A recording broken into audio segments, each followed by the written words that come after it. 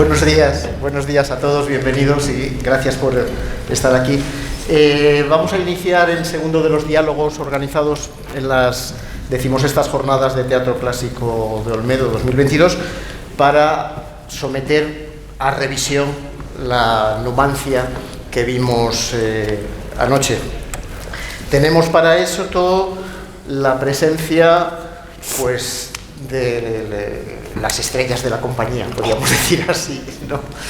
Tres de los máximos responsables de que la Numancia que vimos anoche sea como la vimos realmente, ¿no? La directora de la compañía, Nao de Amores, Ano Zamora; el primer actor, José Luis Alcobendas; el segundo, el tercero, ya está 8. Bueno, actor, actriz, porque tenemos a Cipión, al Duero, a un numantino, a una numantina, o sea que factotum. Y Alicia Lázaro, responsable de uno de los elementos escénicos que me parecen a mí más poderosos para que la Numancia, en la propuesta que ha hecho Nao de Amores, funcione como funciona, que es la responsable de la producción musical, Alicia Lázaro. Vamos a tratar de seguir un orden por algunas cuestiones. En primer lugar, pues tratando de situar algo que no es en absoluto necesario para un auditorio como este, ¿no? Pero el marco, o el triple marco, podríamos decir así, en el que se discute desde el punto de vista histórico-literario la Numancia, para entender qué es lo que está haciendo, o cuál es la propuesta que está haciendo Nao de Amores, ¿no? Nosotros ya tenemos aquí el cartel. Cuando digo nosotros, digo yo como presentador y Nao como representante, el cartel de los frikis quinientistas en estas jornadas. Nos traemos aquí el teatro prebarroco, como lo llama Ana, o el teatro primitivo, como se ha llamado algunas veces, un teatro renacentista, distinto de esa comedia de galanes y de damas, que configura muchas de las partes del teatro del siglo XVII que se suele considerar y sobre el que se suele reflexionar en estas jornadas. Y en ocasiones anteriores habíamos tenido ocasión de hablar de las propuestas de Nao de la comedia o de la precomedia, casi podíamos hablar, ¿no? De los primeros autores castellanos, Encina, Lucas Fernández. Nos enseñaron también a hacer la comedia a la italiana con La Aquilana de Torres Narro, y el año pasado ya de repente Nao de Amores dio un giro y se metió en el terreno de la tragedia, ¿no? Con esa Nise de Jerónimo Bermúdez, las primeras comedias castellanas. Pero ahora nos presenta nada menos que la Numancia, y viene a hacer un Cervantes en la casa del caballero de Olmedo, Lope, ¿no? Y ese es uno de los marcos en los que se ha situado desde la perspectiva histórico-literaria la obra teatral de Cervantes, en el contexto de esa polémica con el teatro de Lope, lo cual ha tenido consecuencias grandes para la consideración del teatro de Cervantes como lo que no es Lope. Y claro, cualquiera compite, ¿no? Con el Rubiales, cualquiera compite con Lope. Le ha perjudicado bastante eso a Cervantes, y en esa especie de conflicto personal en el que Cervantes, en el Quijote, en el retablo de Maese Pedro y en otros espacios, critica esas comedias que ahora se representan, pensando en Lope, y ese Lope que contesta a través del arte nuevo de hacer comedias, ¿no? Probablemente habiendo leído ya algunos de los capítulos del Quijote, un espacio polémico en que parece que Cervantes y Lope hacen dos teatros diferentes. Uno respetando las normas clásicas, se dice Cervantes, y otro, ¿no?, aplicando el gusto, se dice Lope, lo cual, bueno, hasta cierto punto no es muy correcto. Eso es un espacio de discusión en torno al teatro de Cervantes. Otro espacio de discusión, evidentemente, es el de la propia configuración de la tragedia en la España del siglo XVI, el problema de la tragedia senequista, como se le ha llamado, aunque a mí en concreto la Numancia me parece más griega que de Séneca, pero esta es otra cosa. Y finalmente, un tercer espacio de discusión muy potente en torno al carácter casi fundacional, mítico, y sus sentidos políticos y trascendentes de la propia obra de Cervantes, de la Numancia, ¿no? Esos son tres espacios en donde se sitúa la discusión en torno a esto que ha llevado a Nao de Amores a presentar esta propuesta. Y mi primera pregunta, porque yo quiero que esto sea un diálogo, incluso un diálogo abierto, si en algún momento alguien del público quiere plantear alguna pregunta al hilo de lo que estamos hablando, que lo haga. Pero mi primera reflexión es, mi primera pregunta así a bote pronto es ¿por qué? ¿Por qué? ¿Por qué el paso de Nao de la comedia a la tragedia? En primer lugar, con la Nise del año pasado, en la que yo no tuve ocasión de estar aquí para comentarlo, ¿no? Pero todavía Bermúdez tenía ese carácter de la reivindicación de lo extraño, de lo marginal prácticamente. Pero Cervantes no, es evidente que no es marginal, ¿no? La Compañía Nacional de Teatro Clásico ha hecho Cervantes, no mucho, pero ha hecho cosas, desde que en el año 92 creo que fue Marsillac el que puso a la Gran Sultana, luego se han hecho otras cosas. Y porque la Numancia, además, que es uno de los textos cervantinos más representados. ¿Por qué? ¿Cómo habéis hecho eso? ¿Qué locura os habéis metido? Yo creo que por eso mismo, que tú mismo te acabas de contestar. Buenos días, lo primero, que estamos aquí calladitos, sentados en el sofá. Porque no puede ser que quizá el texto más representado, más conocido de Cervantes, no haya formado parte en ningún momento de la historia de la Compañía Nacional de Teatro Clásico. Hay textos que, bueno, todos sabemos que nuestro formato de compañía nacional no mantiene un repertorio activo, como pasa en otras compañías europeas, ¿no? Pero sí hay que pasar por esa serie de títulos que sean un referente y que estén documentados. Y la Numancia, parece mentira que ¿cuántos años de compañía debemos llevar? 30. Sí. No forme parte de ese repaso de los grandes títulos que de alguna manera configuran la historia del gran patrimonio literario dramático, más allá de la capacidad escénica luego de cada espectáculo. Y evidentemente yo creo que había que montarla, y si hay que montarla, pues para eso estamos nosotros, estamos encantados, y prefiero montarla yo a que la monte otro. Sí, eso es un poco como elección de las cosas gordas que quedan de montar. Seguramente si nosotros, bueno, primero no hubiéramos podido montarlo solos, porque Nao de Amores ahora mismo no puede abordar solo un espectáculo de esta magnitud. Hacer teatro es una cosa muy compleja y muy cara, con lo cual solamente se puede hacer en un contexto de un nacional, pero también la elección del texto tenía que ver con el sentido de para qué vale una compañía de teatro clásico. Eso por un lado. Evidentemente luego podemos hablar de todo lo que tiene que ver con un contenido, que yo creo que es un buen momento para hablar de ello, y que es una obra que en momentos complejos de manipulación terminológica está muy bien revisitar desde la época en la que vivimos, siempre sin perder esa perspectiva de que estamos trabajando sobre teatro clásico y que nos debemos a la coherencia con un autor, pero intentar leer desde nuestro presente, y yo creo que es un buen momento para trabajar sobre esa idea, esa libertad con mayúsculas, entre otros muchos temas, ¿no?, que habla Cervantes. ¿Y cómo surge el proyecto? Quiero decir, la Compañía Nacional os pide algo y decidís hacer Numancia, os pide Cervantes y decidís hacer Numancia, os pide directamente Numancia.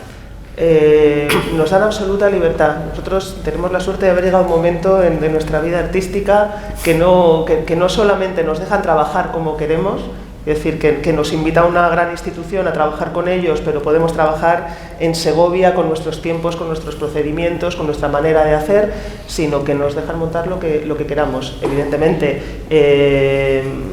si es de esta etapa pre-Lopesca, pues mejor, ¿no? Pero realmente nos dieron libertad absoluta, y fue una elección absolutamente consciente y libre, y ellos encantados, claro, cuando les ofrecimos este título. Claro, o sea que la responsabilidad es única y exclusivamente vuestra. Sí.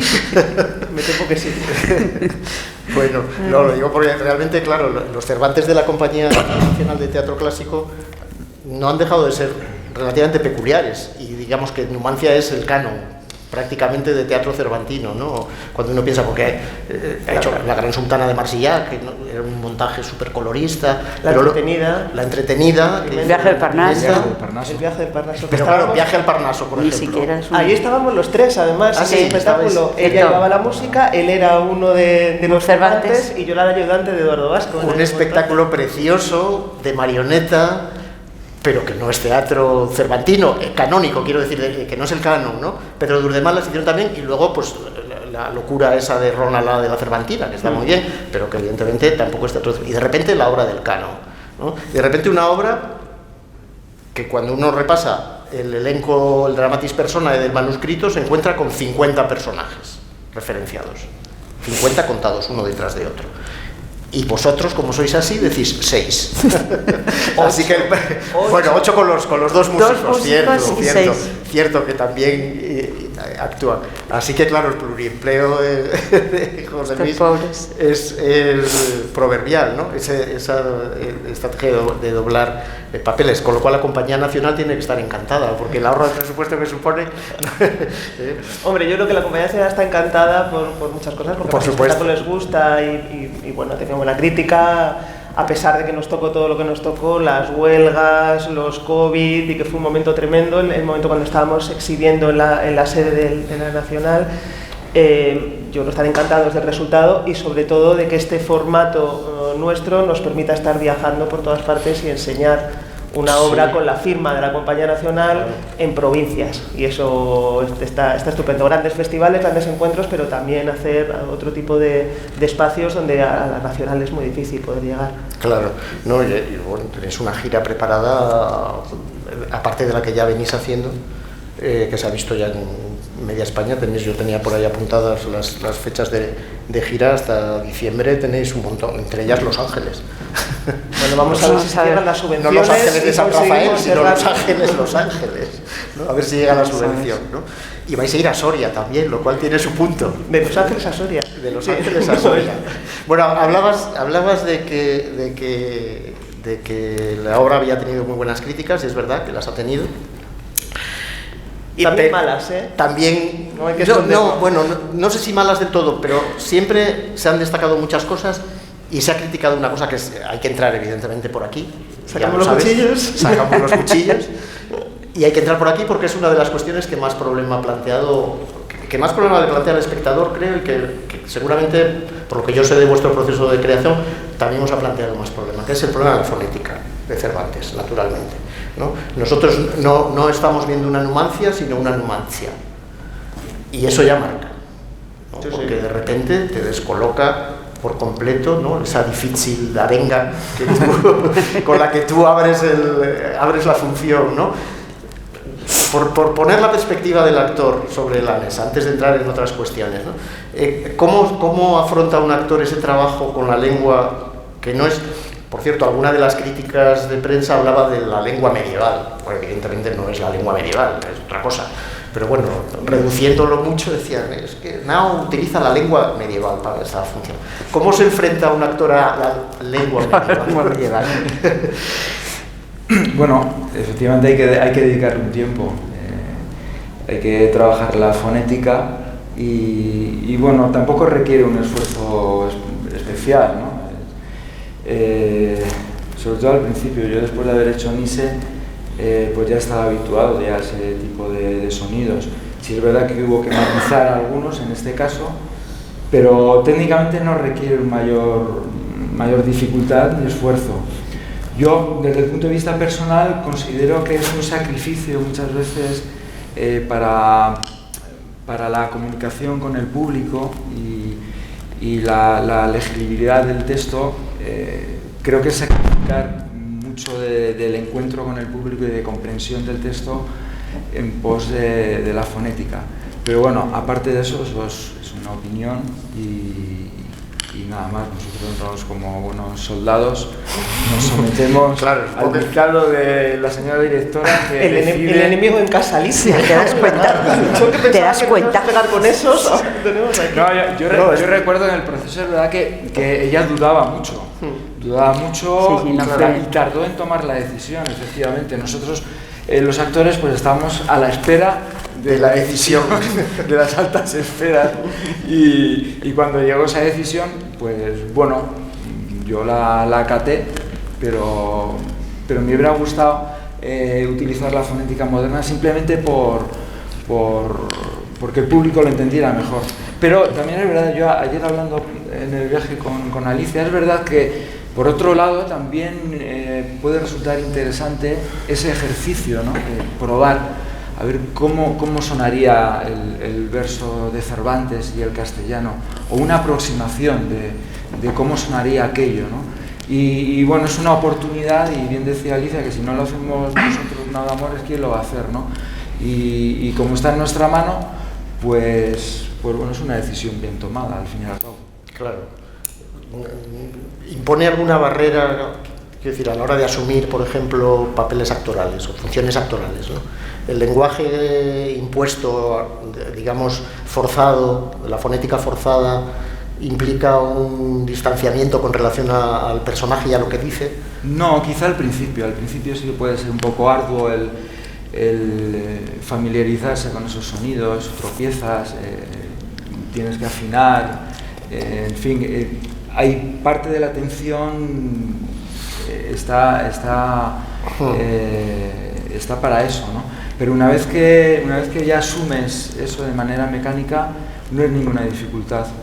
Yo lo único que cuando soy consciente de cuando digo joyas, la gente se queda así, es joyas, ¿no? O también somos conscientes de que el oído se habitúa, ¿no?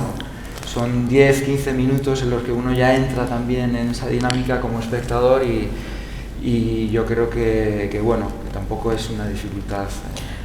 Yo tengo que decir desde la perspectiva del espectador que la primera vez sorprende mucho. La primera vez que yo vi el montaje, pues incluso notaba en mí mismo cierto distanciamiento, ¿no? Con relación a lo que allí se me contaba. Ayer, sin embargo, he percibido menos la barrera, quizá también por la distancia, que el espacio escénico de la Corrala pues genera también un cierto alejamiento con el espectador. Y yo creo que ayer pasaba una cosa también. El espacio de la Corrala es un espacio muy difícil y ellos estaban especialmente clarificadores. Ya. Entonces yo creo que también el encontrarse todo aquello entre que hay que hablar a volumen, en que hay que clarificar, que es un poco rock and roll, al final hace que ellos hagan un esfuerzo extra de comprensión que seguramente en un teatro a la italiana más recogido pasamos más por encima de eso, ¿no? Ayer había una necesidad especial de conseguir llegar a un público que era difícil que entraran. Sí, eso va. Que no se entendiera desde el momento uno, y además me encantó que fuera así. Tenemos uno a favor. Bien. Muchas gracias. No, por otra parte, claro, José Luis se refería a Alicia, ¿no? Que al final es responsable del espacio sonoro, en general, de toda la producción, no solo de las fuentes musicales, ¿no? Sino de cómo suena y qué suena en el espectáculo, y también el verso, cuando suena de una forma especial, evidentemente. Claro, y suena también las canciones. Por supuesto. Y ya sabemos que en Cervantes la mayor parte del verso cantado y de las canciones que aparecen son canciones muy antiguas que tienen su fonética medieval y que a mí me suenan perfectamente así, y ellos algunas de ellas son hits, porque además bueno, pues hay 2 o 3 que yo hice cuestión de que estuvieran ahí porque al público le suena, yo qué sé, Triste España sin Ventura, o Claros y Frescos Ríos, y tiene su fonética medieval y a nadie le extraña. Entonces eso forma todo un corpus de sonido que al final, bueno, entran. Ellos no van a cantar las canciones de una manera y recitar el verso de otra. Claro. Pues sería absurdo.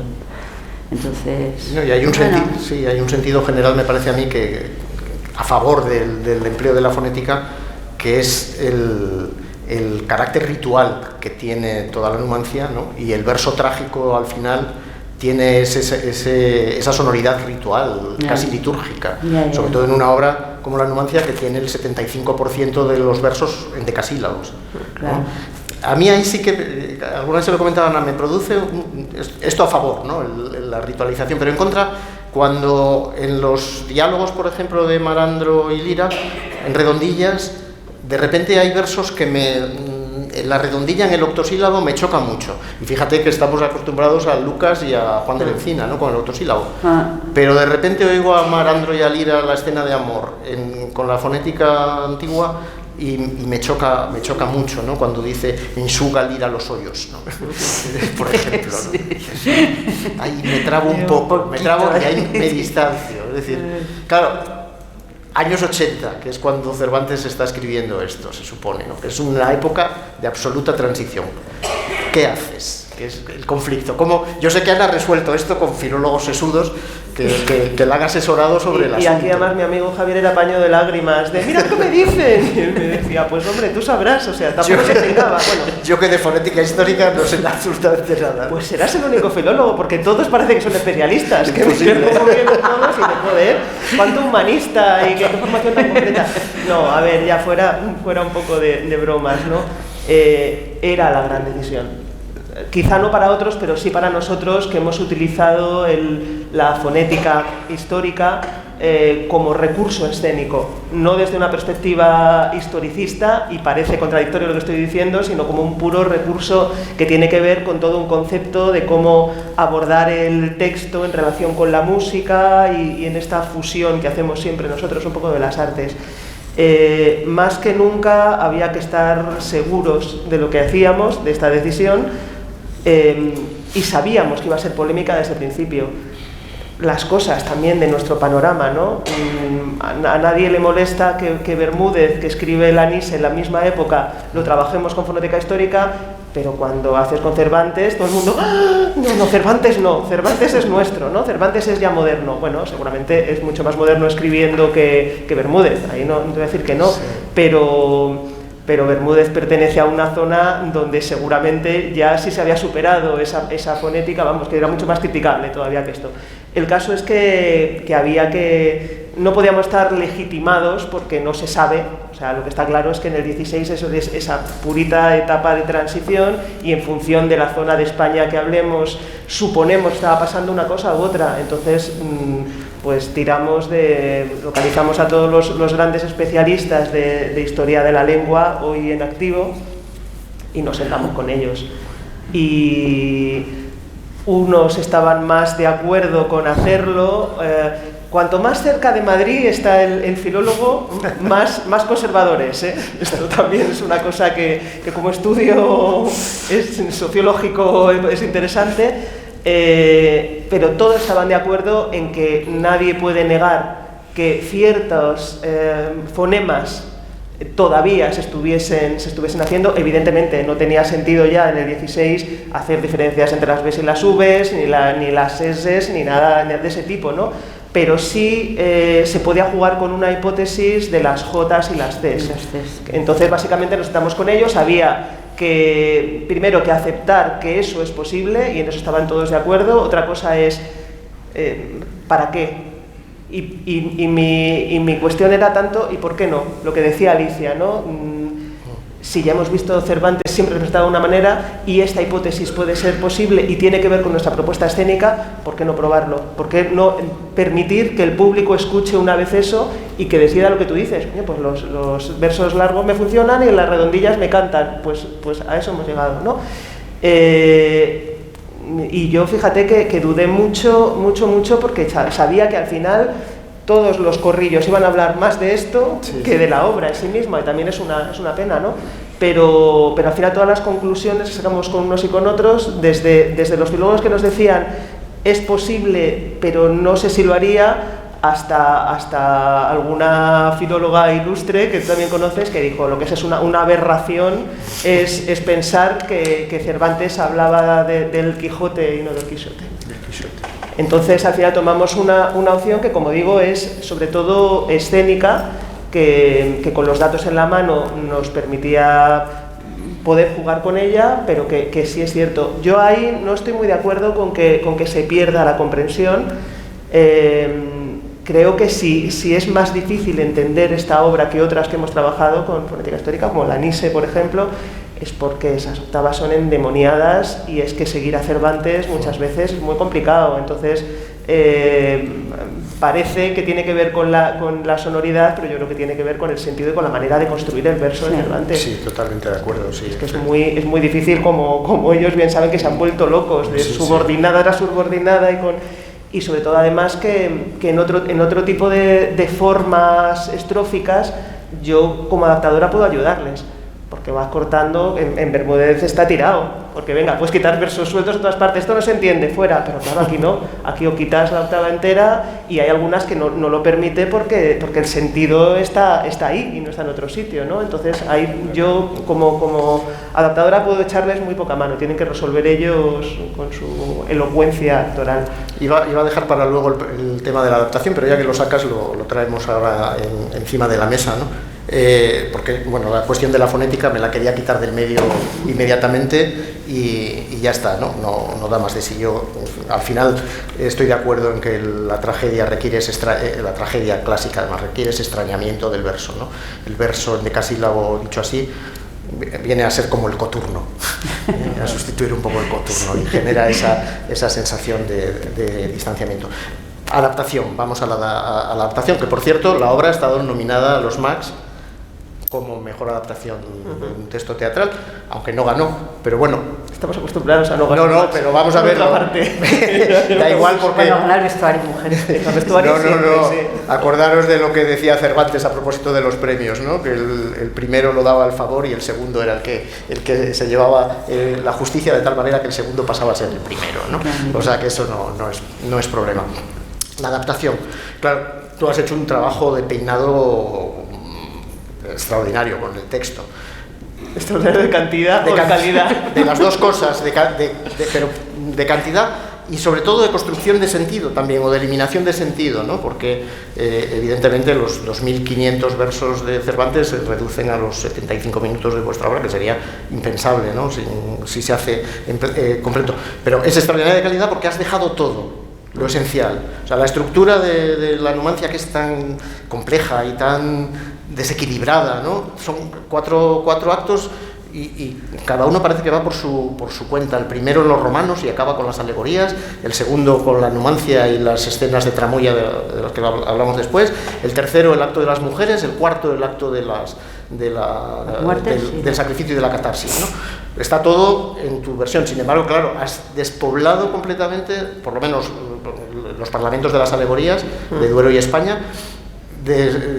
quitándoles todo el sentido historicista que tenían Cervantes, lo cual me parece una opción perfectamente válida, porque ¿quién aguanta hoy esas peroratas sobre los godos y sobre el duque de Alba? Y sobre yo creo que eso lo hacemos todos los que montamos hoy la Numancia, ¿no? Porque remitirte a ese sentido tan concreto es...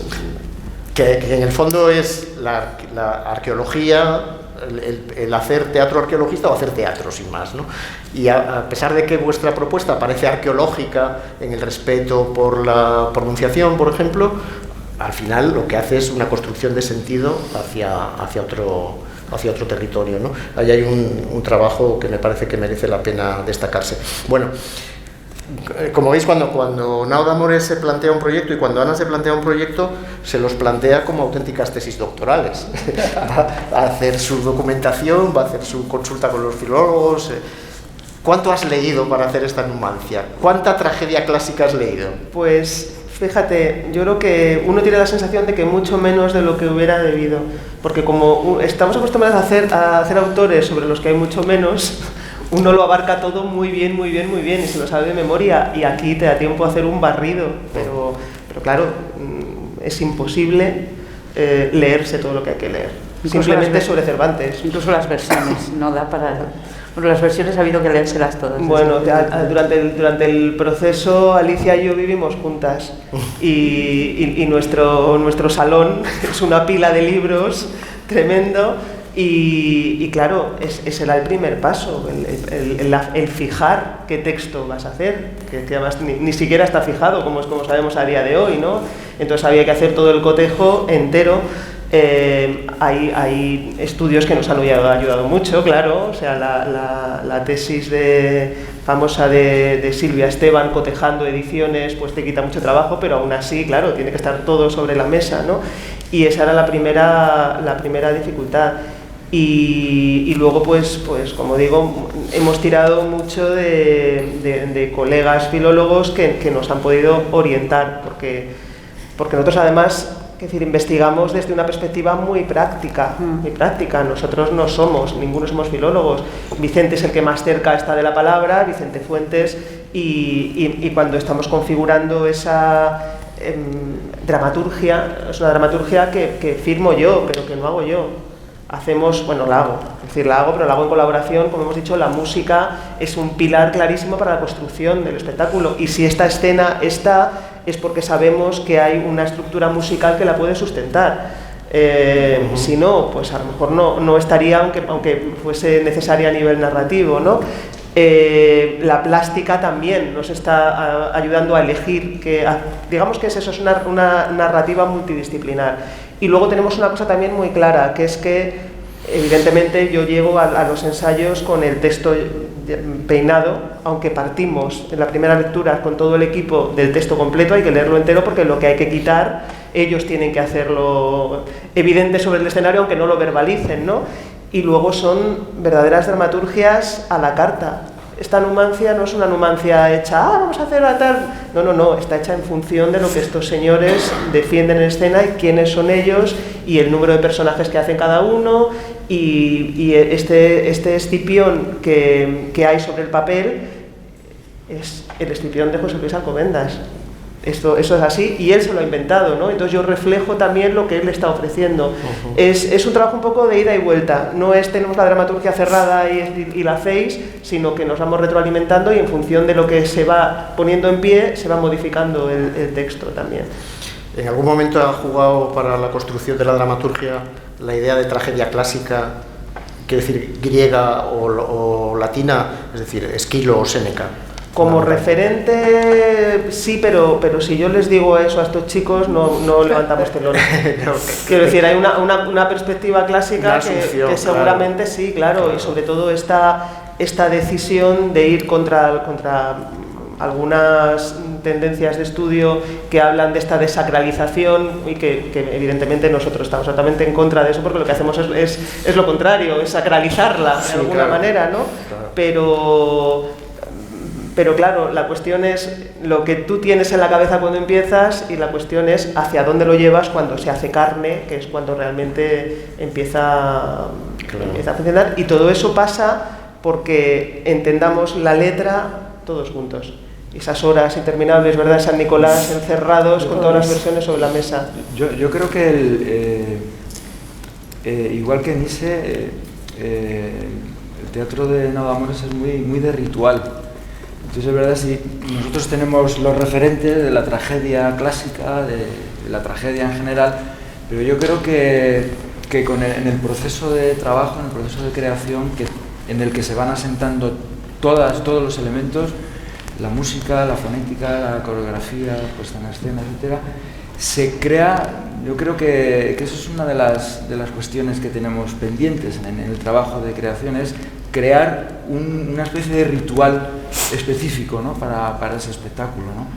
Yo creo que el Nice tenía una particularidad y aquí tiene otra, desde lo formal, pero también desde lo emocional y puramente teatral, ¿no? Que llegamos a una especie de ritual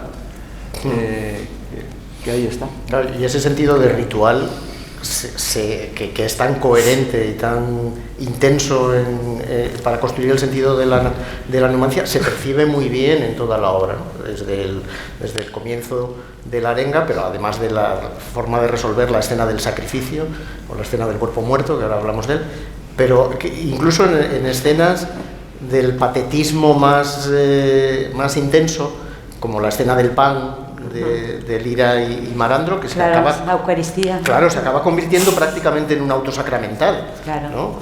Que está en el propio texto de Cervantes, pero que vosotros explotáis de una forma absolutamente maravillosa. Pero es que eso es lo divertido, quiero decir que, fíjate lo que habéis hecho, sí, Alicia le ha puesto cuerpo, lo ha sabido interpretar, claro, pero es lo que iba a decir, el papel, no es inventado, está sobre el papel. El papel que juega la música en esa ritualización, claro. Porque tú le pones desde la escena del sacrificio el mundamé, las secuencias, todas las secuencias litúrgicas, o sea que parece que la música está construyendo un discurso, es mucho más que una mera ilustración musical, claro. ¿No? Lo que tú haces ahí es un discurso. Sí, porque hay un relato que se puede casi establecer y cuando empecé a trabajar sobre la música de la numancia, es que fue muy largo y un proceso así muy...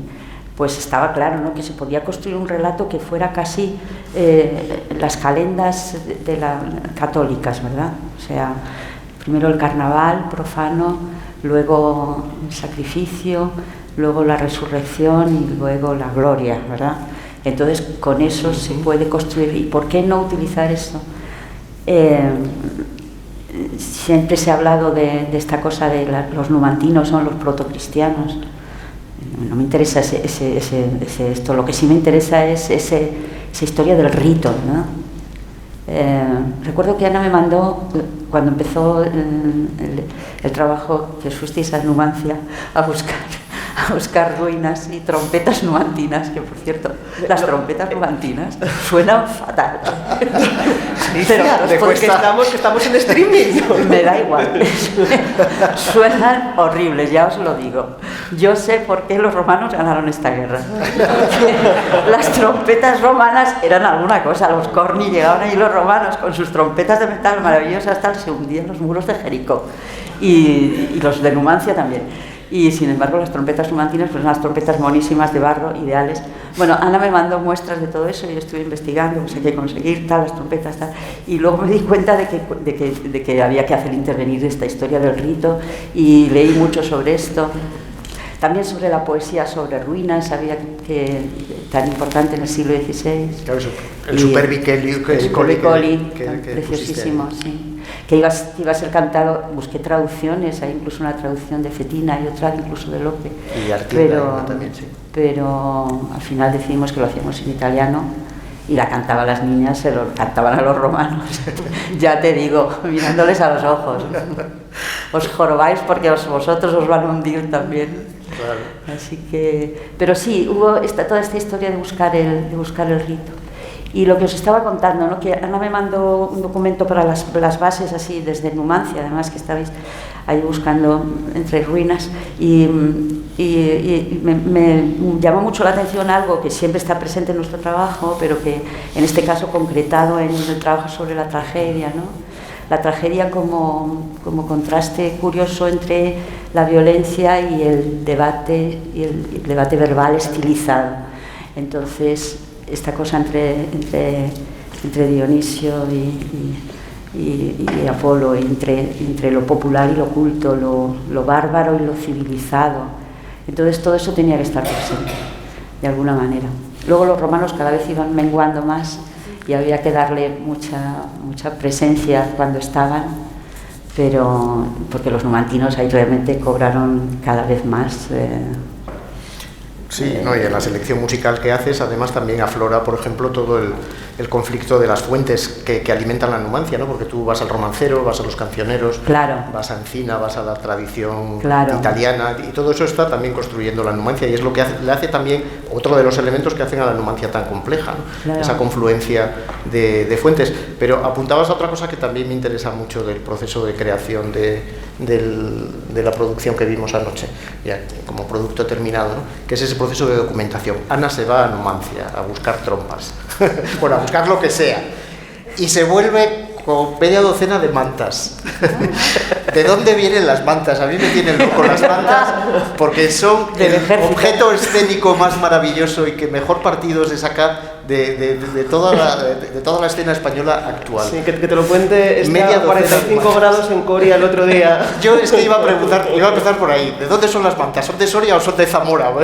Son mantas zamoranas, parecen mantas cuarteleras, ¿no? Son mantas de mudanza directamente. No deberíamos decir esto aquí, pero... Y se sobrevive debajo de las mantas durante 75 verano difícilmente. Porque pesa eso. Yo he comprobado que tú tienes una cierta tendencia masoquista con los actores. Porque me acuerdo bueno, en Encina no, porque iban en vaqueros. Pero la Quilana les ponías unos trajes, los de Débora que premiaron los Max con toda justicia, que eso debía pesar un mundo. Se notaban unas telas fuertes. Pero es que la Nise... Sí, los amigos de la Nise. Con capucha. Esos albornoces de lana gorda, y ahora les metes debajo de mantas en verano, pobre gente, ¿no? Esos albornoces, como esté viéndonos Débora. Premio Max de vestuario. Premio Max de vestuario, con toda justicia, como he dicho, ¿no? Pero no, yo ahora me pongo en la perspectiva del actor que vive debajo de esta indumentaria, ¿no? Que tiene que ser tan incómoda. Pero las mantas, a mí lo de las mantas me parece un hallazgo, sinceramente, porque conecta la Numancia con la tierra.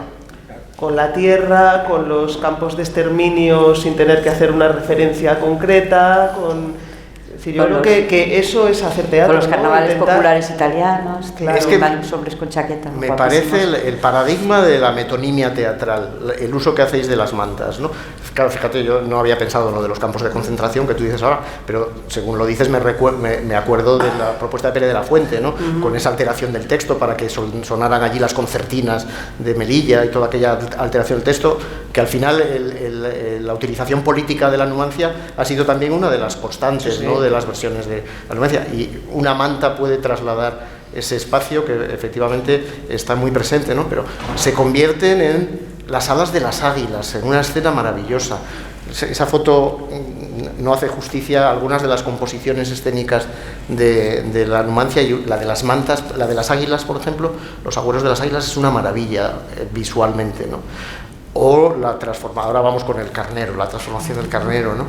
O la composición de las mujeres, tan fuerte con esas mantas. O, de alguna manera, la intelectualización del mundo numantino a llevarnos a las togas, ¿no? Con las togas. A poner los numantinos con togas. Exactamente, ¿no?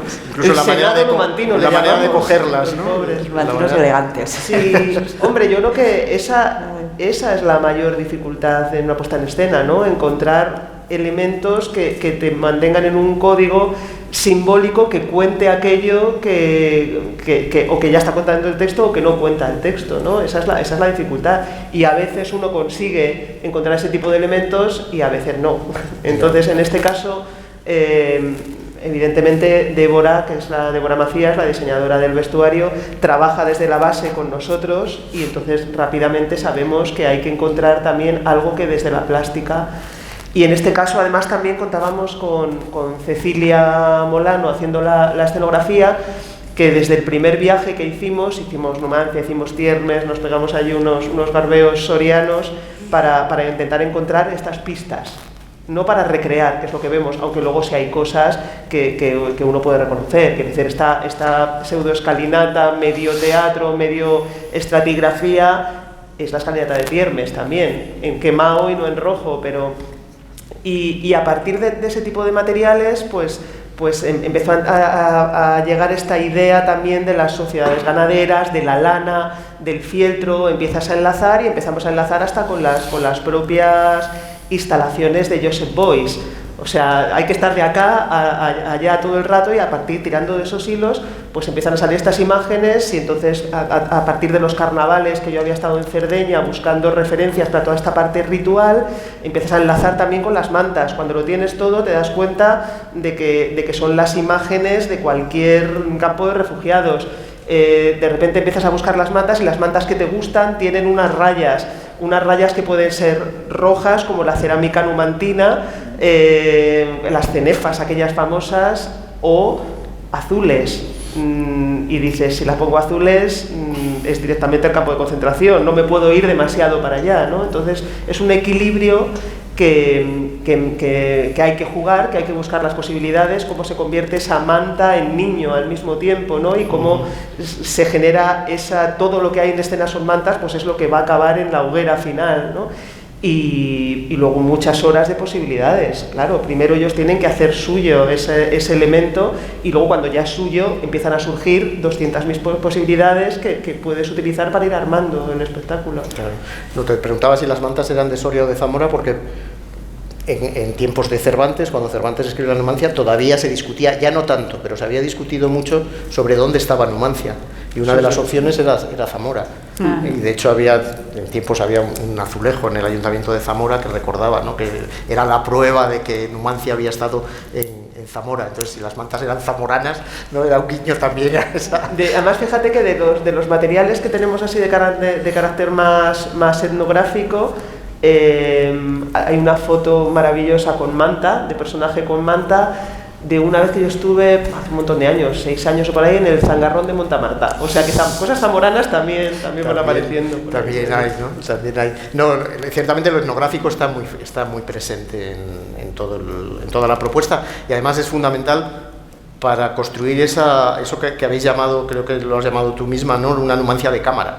Eso es más de Alicia, yo se lo he robado. Alicia es la primera que lo vio y un día estábamos trabajando y me dijo: Zamora, esto va a ser una numancia de cámara. Y claro.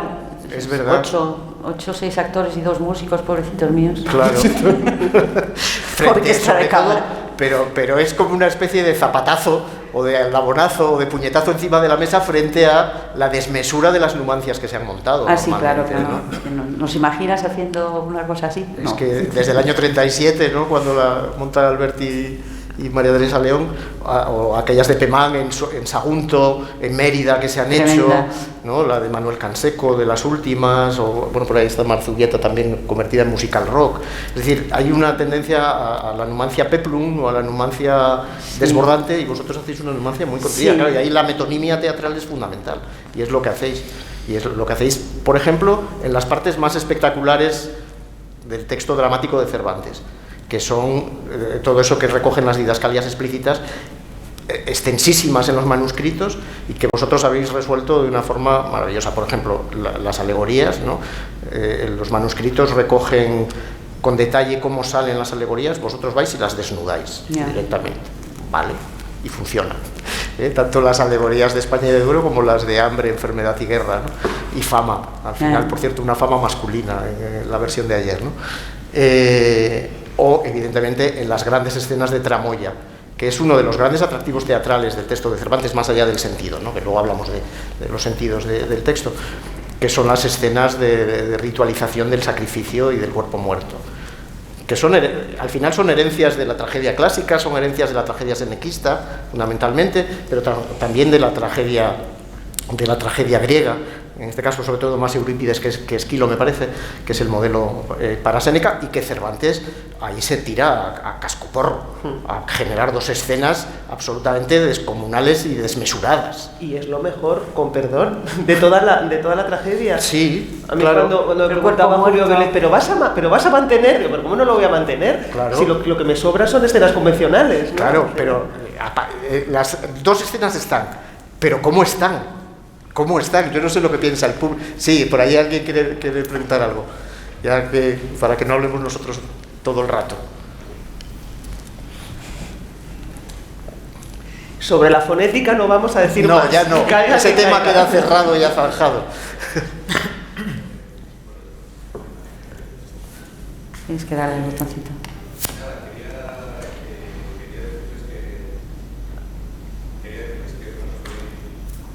Nada, pues habla alto. Habla alto y trasladamos la pregunta para los demás.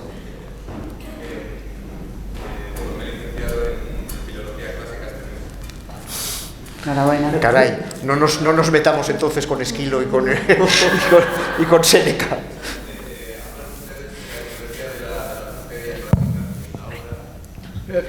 Ahí va. Que bueno, en efecto, pues se aprecia muchísimo y me ha parecido sublime la interpretación, además. Pero sobre todo con esa escena de brujería en la que levantan a ese muerto, me preguntaba si han tenido ustedes la influencia de la Farsalia de Lucano, o si saben que Cervantes la ha podido tener, porque la Farsalia no es una obra de teatro, pero el ritual es casi idéntico al que aparece ahí. Eso que te lo cuente un filólogo. Que está la sala llena, está repleta. A mí me pilla si alguien quiere coger la referencia, yo la apunto, la referencia a la Farsalia, que efectivamente puede ser, porque en esa complejidad de las fuentes a las que me refería yo antes de la numancia, evidentemente se suele citar mucho la épica más tradicional, Eneida, o la épica castellana, la araucana, ¿no? Junto con otras fuentes del romancero y demás, pero la épica clásica puede estar también plenamente en la Farsalia. Pero yo iba a llamar la atención sobre la manera de construir esas escenas de tramoya, vamos a llamarlas así, ¿no? Que están, como os decía, desmesuradas en las didascalias con que las presentan los manuscritos y que vosotros resolvéis. Bueno, el diablo os lo habéis cargado, lo cual no os lo perdono, no te lo perdonaré jamás. Puede tener todo. Os habéis cargado la aparición del diablo, ¿no? que arrebata el carnero. Pero cómo se genera ese carnero desde las mantas, o sea, con esa imagen tan potente, ¿no? de los brazos vueltos para atrás, que además es un carnero que en el fondo la tragedia, como saben bien nuestro amigo filólogo clásico recién licenciado o recién graduado, ¿no? Es el origen etimológico de la tragedia, ¿no? El tragós, el carnero, el macho cabrío. ¿De dónde sale ese cabrón? Perdón, que iba a decir cabrón, pero no sé si se puede decir a estas horas. Lo mismo nos corta en YouTube. Igual nos cortan por ahí en YouTube. ¿De dónde sale ese macho cabrío compuesto de esa forma? Pues había una referencia. Yo creo que todo este tipo de escenas, por un lado, creo que el secreto de nuestro éxito es que nos autoimponemos unas... Lo estamos viendo ahí en escena ahora mismo. Unas normas del juego que llevamos hasta sus últimas consecuencias. Por ejemplo, el muerto es muy sencillo, quiero decir, las alegorías al final lo hemos dejado en lo más humano, en lo más desnudo, en vez de trabajar con todas las referencias iconográficas barrocas, nos hemos ido a la desnudez absoluta y a eso le vamos sumando. Los romanos somos nosotros, el imperio somos nosotros, y los numantinos se construyen con esa ropa que construye el numantino, sin bicho dentro, se convierte en un muerto. En el caso del carnero, había que buscar una referencia bastante dionisíaca si queríamos no hacer un numerito puramente estético, ¿no? Y ahí yo encontré la clave como decía antes, en el carnaval de Cerdeña. Yo estuve con una beca de la Real Academia Española en Roma, la segunda beca que tuve, que iba a trabajar sobre títeres, y trabajé sobre títeres, pero amplié al ámbito etnográfico también, aprovechando. Y justo antes del confinamiento conseguí ir a ver los carnavales rurales del interior de Cerdeña, que es una cosa descomunal. Espectacular. Y hay uno de ellos, que es Subatiledu, en un sitio que se llama Lula, que es una verdadera fiesta dionisíaca, donde un tipo, además se hace todo el ritual de la vestizione que ellos llaman, se hace de cara al público, esa transformación de la persona en personaje, y se hace todo ese viaje en carro, con vino para jartarse, con todos, acabamos todos, iba a decir el público, no somos público realmente, tiznados de ceniza, recorriendo aquello, se mata al carnero. Y a partir de ahí yo empecé a encontrar esa conexión con la humanización de esa víctima sacrificial. Y eso estaba, igual que hay otros elementos que están también en ese carnaval que salen en la función. Por ejemplo, ese coro de mujeres tiene mucho que ver con las plañideras de esa fiesta, aunque la composición, que muchos nos dicen, ¿es un retablo barroco? No, no es un retablo barroco, es Zuloaga. Son las brujas, eso es el barrio de las brujas de San Millán, de Segovia, ¿no? O sea, todos los elementos se van entrelazando. Y en el caso, cuando empezamos a trabajar, teníamos las imágenes sobre la mesa, no sabíamos para qué iban a servir ni cómo iban a ser, y el mundo del carnero, pues al final fuimos jugando con él hasta que se construyó esa imagen tan potente. José Luis Alcobendas, en el peor momento de la pandemia, en la sexta ola, le tocó hacer, además de Escipión, de Morandro, de todo, le tocó hacer de carnero, ¿verdad? Porque tuvimos que hacer sustituciones express y tuvo que hacer. Fue un placer. Ya pasaste. Ha sido el papel de tu vida, ¿no? Y además va precedido, para insistir más en lo ritual, ¿no? El carnero va precedido de esa danza ritual del fuego, que es otro de los componentes básicos de los espectáculos de Nao, la integración de la danza. Que eso es lo que más se ha ensayado, creo, de todo el espectáculo, porque es muy difícil, de verdad. O sea, si ya el actor trabajando en este espectáculo está acostumbrado a entrar en tiempo, tienes tanta música para tantos versos y tal, si además tienes que estar bailando, siguiendo el paso, escuchando la señal que tiene que dar de atrás, es un poco locura. Y estuvimos, es la primera vez que se hace. Estuvimos a punto de tirar la toalla, porque estaba Javi, que es nuestro coreógrafo, Javier García Ávila, todas las mañanas. Además con él ensayamos muy tempranito, él ensaya a las 8 de la mañana, ¿verdad? Y entonces esto es otra vez con el pandero en la oreja y venga. Y estuvimos a punto de tirar la toalla porque requiere un tiempo que te lo está quitando para otro tipo de escenas. Y si no lo haces todos los días, no hay manera. Y luego además sumar el Castellet final, y sumar el Carnero, y sumar... Es una locura. De hecho, ya tiramos la toalla una vez con una escena de ese tipo, que fue cuando hicimos en las farsas de Lucas Fernández aquella batalla que convertimos en un paloteo. Paloteo. Pues el paloteo, la idea era que el texto de la escena iba sobre el paloteo. Y al final o quitamos el paloteo o quitamos el texto, pero es imposible, porque los golpes en las manos era una cosa ya, no había manera de acabar aquello nunca. Y entonces esta vez dijimos, no nos vamos a rendir. Y al final sale todavía muy controlado, todavía con la cosa de no me puedo perder, debía ser una cosa mucho más loca, pero es imposible. Es que eso hace hacer muchas cosas. Sí. Cantar, bailar. Sí, no, desde luego es verdad que desde que empieza la función hasta que acaba es un momento de concentración que te exige esa concentración, esa atención. Ya las marcas están, por supuesto, están incorporadas, pero ha costado sangre, sudor y lágrimas que todo eso se mecanice y una vez mecanizado se pueda disfrutar y compartir con el público, que aparezca lo emocional y todo eso.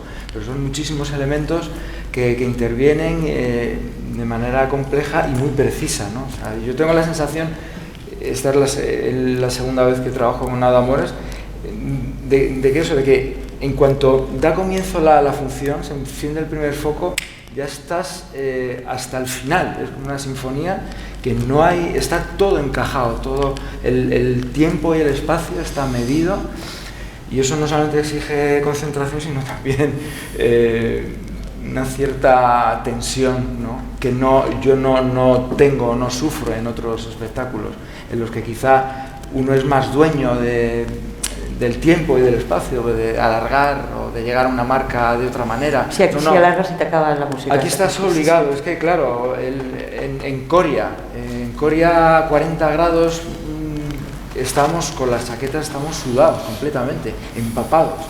Entonces, tenemos cambios de vestuario. Yo no me podía quitar el pantalón vaquero y llegué tarde a la marca, claro. Perdona, es que... No estuve en Coria, pero no lo vio. Pero te llegaste tarde. Pero claro, uno sufre porque no llega a la marca. Claro. Pero es así, exigente la cosa. Pero decía yo, le llamaba eso la danza ritual del fuego, porque a mí me ha parecido un elemento, con toda la carga etnográfica que tiene, naturalmente, y ritualizadora, me ha parecido un elemento muy vanguardista también.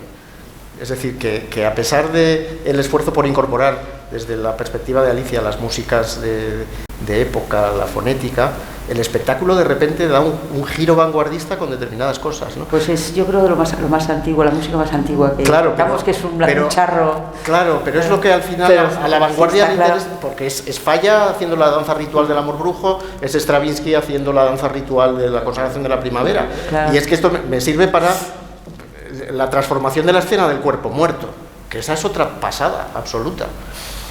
Y además es que está hecha con el único elemento con el que quizás no pudo trabajar Cervantes, que es la luminotecnia, aunque había formas de iluminar naturalmente en los corrales, ¿no? Y el Tratado de Serlio trata sobre la iluminación, entre otras cosas, ¿no?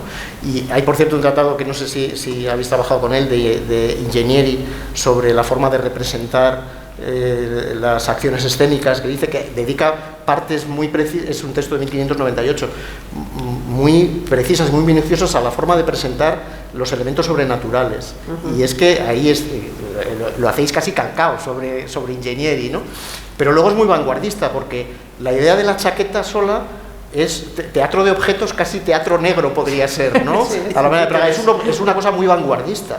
Esta forma de representar el muerto. Y es al mismo tiempo lo que hablábamos el otro día tú y yo en Santander con el Don Cristóbal sobre títeres, ¿no? Al final es la magia, tiene que ver con eso, con el que el espectador crea, se deje engañar, aun sabiendo que eso es una chaqueta movida por un señor que hay detrás, se deje engañar y crea, acepte que es un fantasma lo que tiene delante, ¿no? Funcionó muy bien ayer esa escena. Funcionó muy bien ayer, porque había mucho espacio y estaba muy clarificado, muy bien dicho el texto y se entendió perfectamente todo, funcionó muy bien. Yo creo que es eso que tú dices de la conexión con lo contemporáneo tiene también que ver con esta obsesión nuestra de la síntesis, ¿no? De ir al origen, que es un poco también lo que intenta hacer la vanguardia en otro momento dado. El propio el propio carnero convertido en centauro es un homenaje a Pasolini al mismo tiempo, ¿no? Claro. O sea y bueno, que somos hijos de nuestra época, que se ha construido con toda la historia, ¿no? Entonces no somos Cervantes y nosotros, es todo lo que ha pasado entre Cervantes y nosotros, que quieras o no, sale solo, nos sale a nosotros en la articulación de la estructura y les sale a ellos en cuanto tienen que hacerlo carne sobre el escenario. Os iba a leer el texto de uno de los textos de Ingeñeri, el texto este de 1598 que os digo, donde dice cómo debe aparecer la sombra. Dice: la sombra debe estar toda cubierta de color negro y no mostrar ni el rostro, ni las manos, ni los pies, y debe parecer en suma una cosa deforme que se desplace sobre unas pequeñas ruedas más que avanzando paso a paso o caminando de ordinario. Qué bonito. O sea, es precioso, porque la chaqueta sin cuerpo, sin manos, sin pies, ¿no?, moviéndose por el escenario, genera una magia espectacular. ¿Qué hay dentro, no? ¿Qué hay dentro? ¿Quién habla? Esa luz que se proyecta. Pues esa primera imagen, aunque luego evidentemente se construye con las propuestas de los actores, en este caso con Javier Carramiñana y Alejandro Sá, que fueron los que materializaron esas acciones. La primera idea de eso es de Débora Macías, es de la diseñadora de vestuario, que dentro de su lógica del sentido de lo que está pasando con el vestuario, pone el figurín sobre la mesa y dice, evidentemente, el muerto es esto. ¿Cómo es posible que la figurinista dé una clave de puesta en escena trascendental para una resolución así? Esa es un poco la manera en la que nosotros trabajamos en Laudamores, en un código compartido en la que las aportaciones de todos llevan a una cosa pues compleja. En la ficha artística de la obra figura Fabio Mangolini también como asesor de... También Fabio estuvo, ¿no?, en toda la creación de estas escenas. La creación del fuego, la creación del carnero, la creación de las mujeres. Lo que pasa es que Fabio vive en Italia, entonces pudo hacer todo el arranque de todo el proceso, la composición de las escenas, y luego la supervisión la ha tenido que llevar Javier García Ávila, que es el coreógrafo, que se queda un poco encargado de terminar de armar todo eso que Fabio ha construido con nosotros. Las mujeres, has dicho, ¿no?, que ese es otro de los elementos claves y que quizás nos permite también conectar con la reflexión sobre el sentido final de la propuesta que vosotros hacéis, ¿no? Los sentidos de la numancia. Anda que no se han utilizado la numancia para cosas tan diferentes, ¿no? Pero siempre, y eso también es una prueba quizá de su actualidad y de su potencia, y de su potencia dramática, ¿no? Siempre o casi siempre buscando unos sentidos políticos. Claro, en una situación de guerra, por ahí en la entrevista que te hace Félix Blanco, ¿no?, aquí en este... Está ahí en el pasillo de pie saludando. Sí, que es una entrevista estupenda, por cierto, felicidades por ella, ¿no? No la he leído. Pues yo sí, vale la pena, realmente yo invito al público a que la lea porque es muy iluminadora también, ¿no?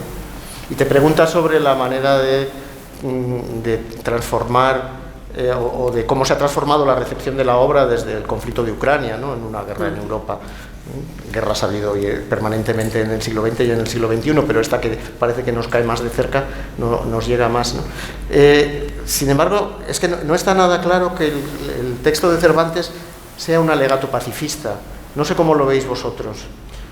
¿Cómo lo habéis trabajado? ¿Cuál es que nosotros no estamos haciendo un alegato pacifista. Yo creo que no. En ningún caso. Casi tampoco. Un alegato de ningún tipo, pero... No, evidentemente. Alegato porque, utilizo esa palabra conscientemente, porque es la que ha dado mucho sentido político a las numancias que se han hecho, ¿no? Sí, y sobre todo que a mí hay una cosa que me da mucho miedo en el teatro, que es el buenismo también, ¿no?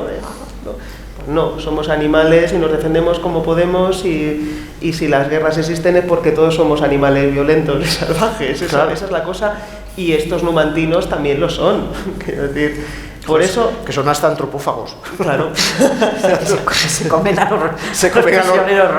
los romanos.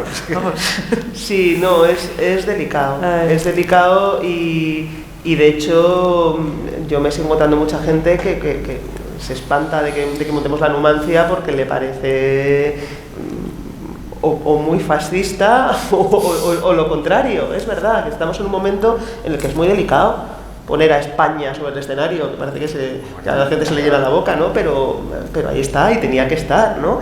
Y yo creo que además hay que jugar con que nosotros, con que todo el mundo tiene referencias de otros montajes de Numancia también. Claro. Ese Triste España sin Ventura que decía Alicia, evidentemente es de los greatest hits que ella siempre le gusta meter para y ahora es cuando el público canta, y ahora es cuando todo el mundo reconoce qué es lo que está viendo, pero al mismo tiempo es un homenaje a Alberti también y a María Teresa León, sobre todo, ¿no? que lo utilizan en su representación del 37 bajo las bombas. Claro. Es un terreno delicado porque como ya sabemos todos, ni lo hemos dicho hasta la extenuación, todo acto teatral es un acto político, pero cómo abordarlo para que aquello no se convierta en panfletazo.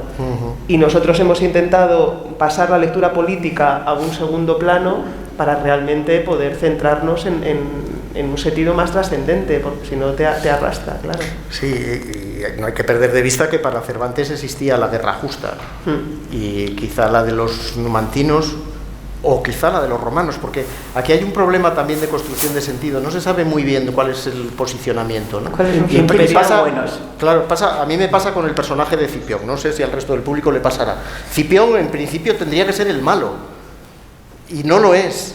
No lo es porque comienza evidentemente como en la tragedia clásica con sus conflictos de jamartía, con su arrogancia llevada hasta el extremo, con su hibris, con su enfrentamiento, pero acaba, como acaban las tragedias, en una catarsis personal muy fuerte, cuando confiesa mi arrogancia me ha llevado al límite, tenía que haber, como un general que es vencedor no ha tenido clemencia antes, ¿no? Esa es la catarsis completa de la obra, y eso hace que el malo no sea tan malo.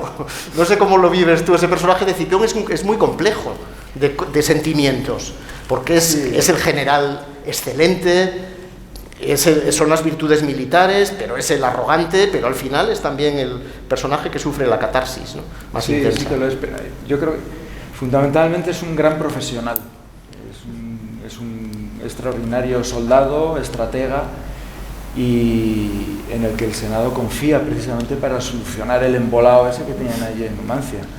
Y efectivamente él lo soluciona, por lo cual los papeles. Entonces, para él desde ese punto de vista es un éxito. El fracaso viene cuando no se soluciona como él quería. Pero yo por supuesto defiendo a mi personaje porque es mi deber como actor, ¿no? ¿No te cae bien? Me cae bien y le salvo.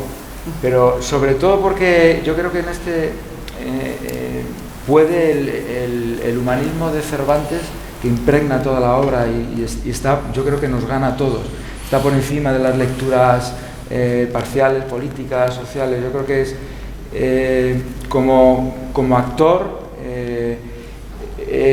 Cervantes te da mucho material para desarrollar el personaje, y yo creo que además en esta obra lo demuestra, como de pronto pone el foco en escenas muy particulares, ¿no? De dos enamorados, de una reflexión del general. Eso en un relato tan épico, de pronto detenerse en esas cosas en las que el personaje tiene un desarrollo y una presentación hacia el público. Eso es un material muy rico para el actor, ¿no? Y en el caso de Cipión, yo creo que es el paradigma de los personajes aquí en esta obra, pues uno de los personajes que él destaca, desarrolla muchísimo la arenga y ahí en esa arenga cuenta muchísimas cosas, ¿no? Claro. Al final son las lecciones cervantinas de la complejidad del humano, en definitiva, ¿no? Porque es la piedad por las madres, la escena del dolor, pero el conflicto humano también del propio personaje. Cervantes, por supuesto, está muy familiarizado con el mundo militar, ¿no? Sabe lo que es un soldado, sabe lo que es una guerra, sabe por qué se produce, las consecuencias que tiene todo eso, con lo cual es una visión muy amplia de lo que es el acontecimiento de Numancia. Yo creo que hacer lecturas políticas, creo que es reducir o empequeñecer la grandeza que tiene la escritura esta de pues no veas la de cosas que han escrito los filólogos sobre el sentido de la Numancia. No, pero lo que sí, bueno, perdona. Sí, no, que al final, y vuelvo a la pregunta, al final es un encuentro con el público como personaje. O sea, Cipión comparte sus dudas y sus fracasos con el público, y eso es una maravilla, ¿no? Y eso lo hace humano, ¿no? Esa es una de las pocas cosas que teníamos claro sobre los personajes antes de empezar. Es decir, normalmente nosotros hacemos adjudicaciones de reparto una vez ya empezados los ensayos, pero desde el principio nosotros sí sabíamos que Josete iba a ser el general, iba a ser Escipión. ¿Por qué? Porque a mí es un personaje que me gusta mucho y que me cae muy bien, y sobre todo que además, aunque parezca que todos queremos ser numantinos, no, que somos romanos, lo siento en el alma, esto es así. Y en el viaje a Numancia, las compañeras de la plástica, Cecilia y Débora, me regalaron una camiseta que es el signo de los Ramones, pero pone romanos, que es mi favorita, es la camiseta del verano. Y entonces sí teníamos claro que era imprescindible iniciar esta Numancia con un personaje con un nivel de humanidad importante, porque si no se convierte la obra en cartón piedra desde el primer momento. Y yo sabía que José Luis Alcobendas era persona idónea para dar ese nivel de humanidad a un personaje tan duro como tiene que ser también Escipión, por otro lado. Bueno, estamos casi sobre la hora, pero antes de acabarse, sí, por ahí hay pregunta de alguien del público. Que no es una pregunta, y además, Ana, no te voy a hacer ni caso porque voy a volver sobre el tema de la fonética por si sirve. Yo, nada más empezar a oír a Escipión, fue como decir, qué bien, o sea, qué maravilla. Sé que estoy en una obra de Nada Amores que me va a llevar a un lugar distinto, y a mí eso me parece importante. Aparte de todo lo que habéis hablado, que es verdad que es un montón de elementos que hay que conjugar y que es dificilísimo, yo creo que gana muchísimo con esa opción. Es mi punto de vista de espectadora, pero me apetecía mucho decirlo porque no tardé 10 minutos, es que fue empezar a oír esa manera y dije, bien, ya estamos en algún lugar interesante y esto va a ser un buen viaje. Y nada, quería decirlo. Gracias. Para que por lo menos, como otro espectador por ahí también le ha pasado, que sepáis que hay enfervorecidos a favor. Gracias. Gracias. Mira, allí hay un par de preguntas. Madre mía, no hemos dejado a nadie. Tres preguntas. Aroa, tú no puedes, que has hecho una tesis.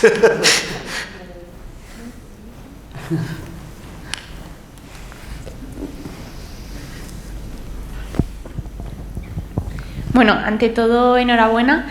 Y ya que se ha hablado de las mantas en cuanto al vestuario y tal, yo tenía otra duda, que es un poco, bueno, ¿qué criterio habéis seguido a la hora de elegir el vestuario de los numantinos y los romanos? Porque al fin y al cabo, por lo que yo he visto, bueno, pues los numantinos tienen unos colores mucho más oscuros, grises, y van con pantalones y americanas, que no sé si es porque son personajes más corales, o también el color es un poco más relacionado con esa realidad a la que están abocados.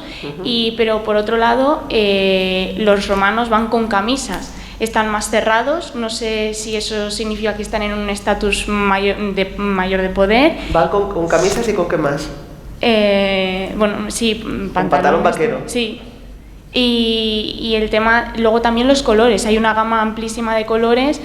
Bueno, yo pensé que a lo mejor Cipión, el color rojo era pues eso, la sangre, la lucha y demás, pero bueno, quería que me aclaraseis eso, si estaba en lo cierto, si hay alguna cosa que se me escapa. A ver, todo lo que tú dices está, y seguramente muchas cosas que el público ha leído y que nosotros ni se nos han ocurrido, pero por ello no es que dejen de estar.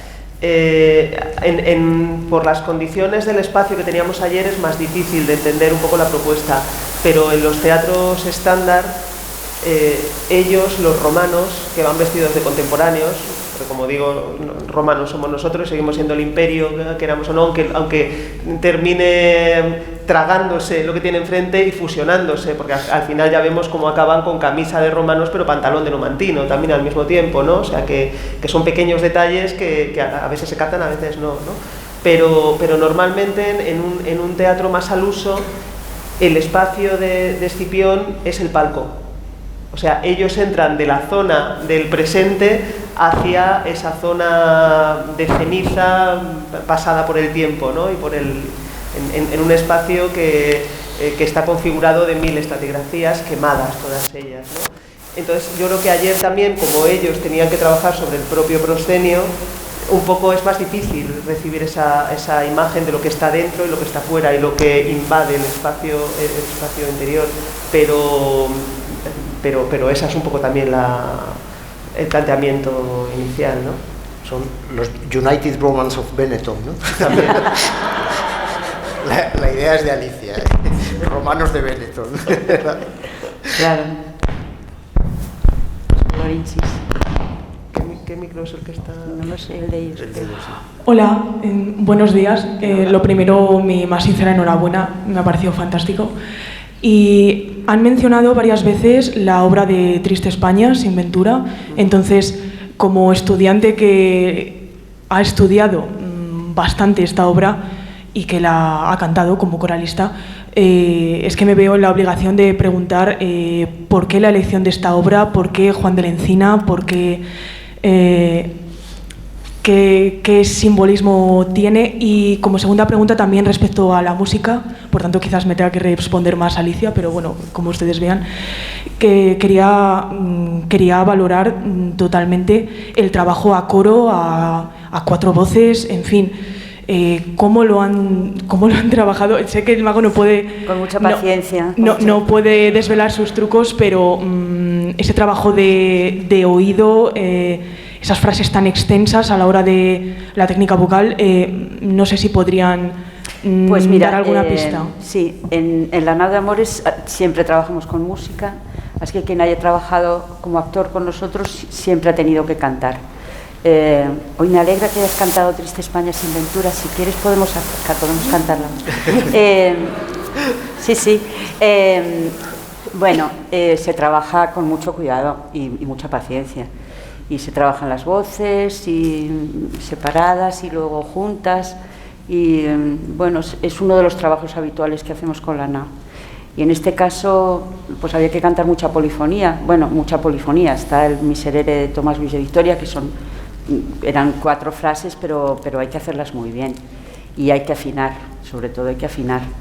Y tienen el acompañamiento del órgano y el bajón ha ayudado mucho esta vez. El bajón es ese instrumento como un fagot, ¿verdad? Que sustenta muy bien, era el instrumento que acompañaba la polifonía en las catedrales, sustenta muy bien la afinación del conjunto, aunque sea solamente la voz del grave, sustenta muy bien el resto de afinaciones, de voces. Nada, es paciencia y trabajo, no hay otra. Y que sean capaces de aguantarnos durante 2 meses, de vamos a otra vez, y no que está bien, no que el si bemol está abajo, no que, ¿sabes? No hay otra. Y Triste España Sin Ventura está, bueno, primero porque uno de los trabajos que me tocó hacer aquí era buscar referencias directas al texto, que no las hay, porque en Numancia no hay referencias musicales, aparte de unas trompetas de la fama y de no sé qué que aparecen, y el sonido de las trompetas, de las trompas romanas, que se supone que está, y poco más. Entonces había que buscar referencias musicales de cada una de las cosas que aparecían, alegorías, personajes, situaciones, la cuestión eucarística religiosa y ese trabajo de búsqueda y de referencias. Y no hay muchas canciones y textos musicados en el Renacimiento que hablasen de España. Hay una más que utilizó Cervantes en los baños de Argel. Luego, si esto te doy el título, lo tengo apuntado por aquí. De los ríos, por ejemplo, oye, me vais a perdonar, no hay en todos los cancioneros españoles no hay ni una sola canción, bueno, una sola, pero no nos servía porque hablaba de Ribera del Duero, que hable del río Duero, un río tan principal. No hay canciones que hablen del río Duero. Se habla del Tajo, del Guadiana, del Guadalquivir, del Manzanares, del Turia. Del Duero no hay canciones que hablen del Tajo. El Tajo llevaba oro. Y entonces, claro, pues hubo que buscar una referencia así más general, como el Claros y Frescos Ríos, que al final, bueno, también es un bonito texto. Así que, pues Triste España Sin Ventura. Y luego, sobre todo, el homenaje a María Teresa León, que en el puesta en escena que hizo Alberti en la Zarzuela, en el 37 fue, ¿no? 37. Pues se cantó El Triste España sin Ventura y lo cantó María Teresa León y había que hacer este homenaje. Pero ya te digo, es que no hay referencias directas a esto y además en este caso cuadraba perfectamente con la situación y con el texto, y es una hermosísima canción además.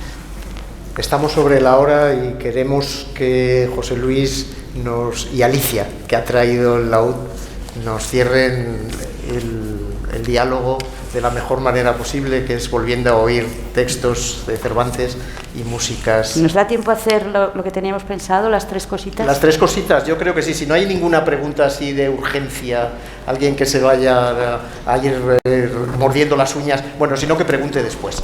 Ya está. Aroa, preguntas después. Perdona, que contigo tengo confianza.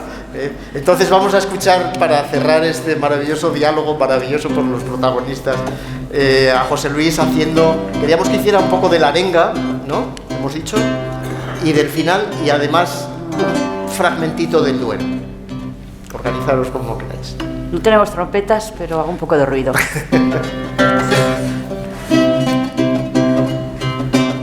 arenga? ¿Vamos con la arenga? Sí. Vale, bien. Avergüénseos, varones esforzados, ver que a nuestro pesar, con arrogancia, tan pocos españoles y encerrados defiendan este nido de Numancia. 16 años son, y más pasados, que mantienen la guerra y la jactancia de haber vencido con feroces manos millares de romanos. Vosotros os vencéis, que estáis vencidos del vaso antoso femenil liviano, con Venus y con Baco entretenidos, sin que a las armas extendáis la mano. Correos ahora, si no estáis corridos, de ver que este pequeño pueblo hispano contra el poder romano se defienda, y cuando más rendido, más ofenda. En blandas camas, entre yuego y vino, hállase mal el trabajoso Marte. Otro aparello busca, otro camino, otros brazos levantan su estandarte. Cada cual se fabrica su destino. No tiene aquí fortuna alguna parte. La pereza, fortuna baja, cría. La diligencia, imperio y monarquía. Estoy con todo esto tan seguro de que al fin mostraréis que sois romanos, que tengo en nada el defendido muro de estos rebeldes bárbaros hispanos. Y ansí os prometo por mi diestra y juro que si igualáis al ánimo las manos, que las mías se alarguen en pagaros y mi lengua también en alabaros.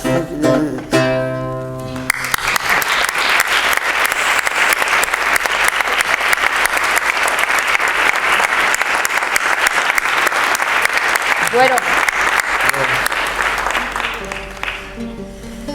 Río Duero.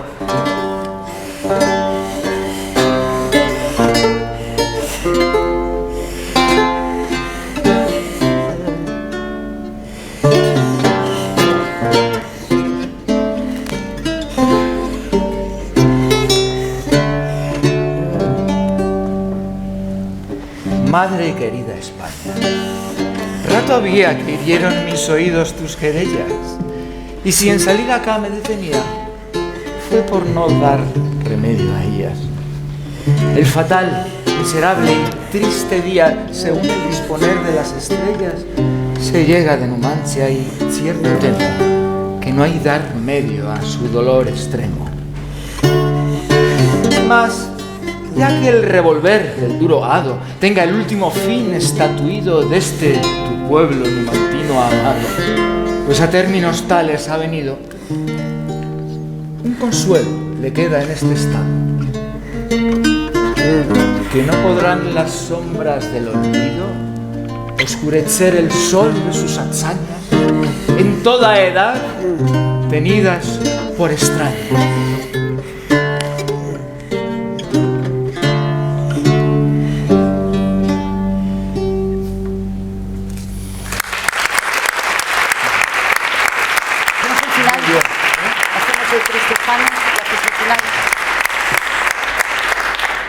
se admiten voluntarios.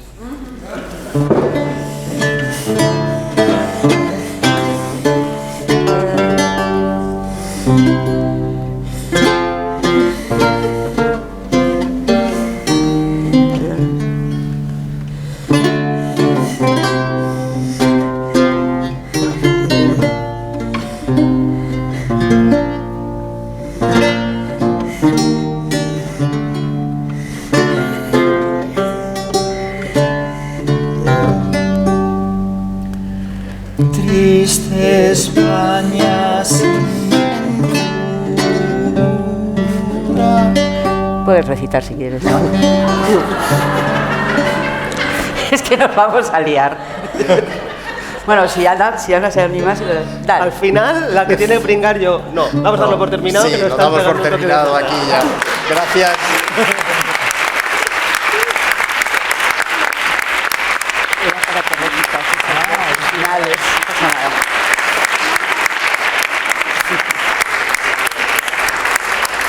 Muchas gracias.